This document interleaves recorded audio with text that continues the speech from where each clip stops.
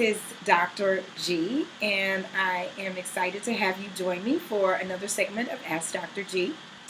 Hope you're following along on the episodes that we're airing your daily dose of inspiration. In these segments, I'm dealing with questions that have been asked to me or sent to me. Please, if you have a question, email me at info@drgladney, and I will be more than happy to answer your question. My focus is to help you create an amazing life, and I'm doing that by focusing on the man or the woman that's in the mirror. The only person you're going to be able to change is you. If you want to make the world a better place, take a look at yourself and make that change. So a lot of these questions that I answer, I will be talking directly on how you can make that change. So here's our question for today. And it comes from N. She says, at what point do you introduce your adolescent child to someone you're dating? Wow. This is a great question for all those single moms out there. And it comes up a lot. Well, I can tell you there is no set time when it comes to dating or relationships. There are certain things that you need to be aware of, because this can be a really, really sticky, hairy place when you're dating.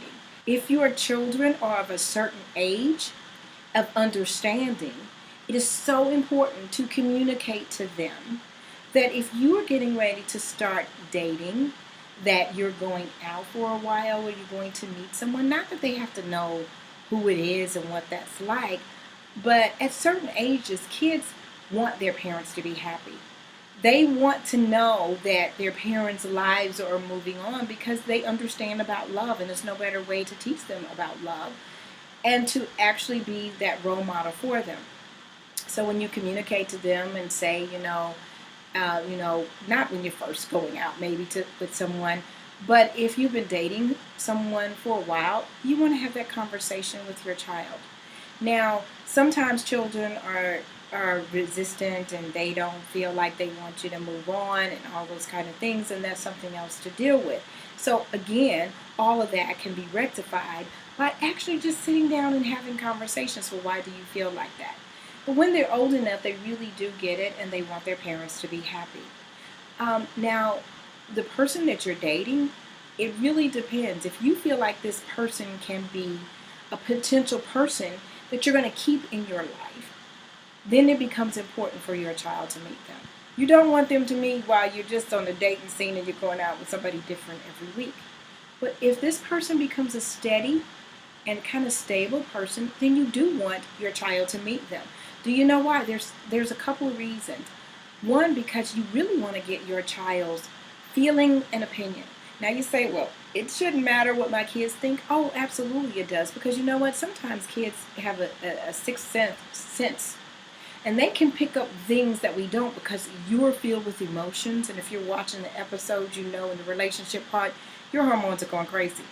And so you don't think as well when you're into someone and they're new in your life.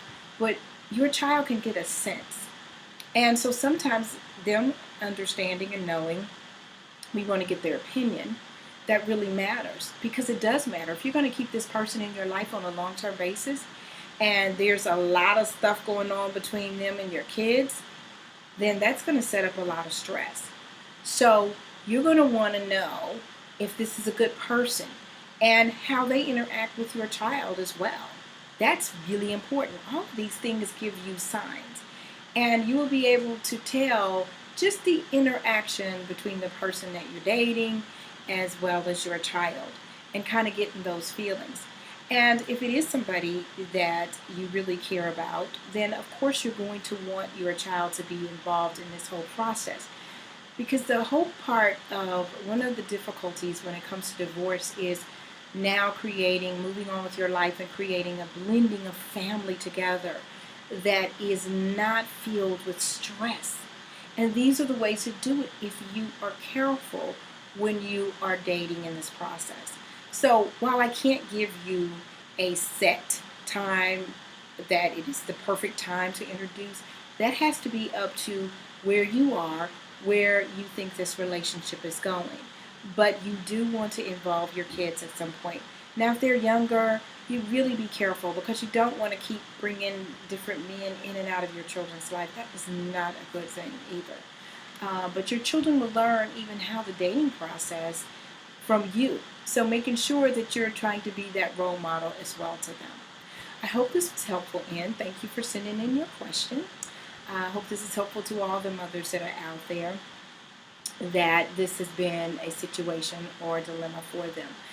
Again, here's another segment of Ask Dr. G. If you have any questions, please send them in at info@Dr. Gladney, and I will be more than happy to answer them on air.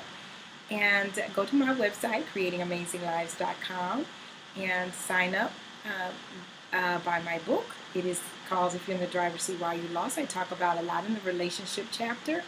Follow me on Twitter and like me on Facebook. Until next time, I want you to take care of that man, that woman that's in the mirror, and have an amazing day.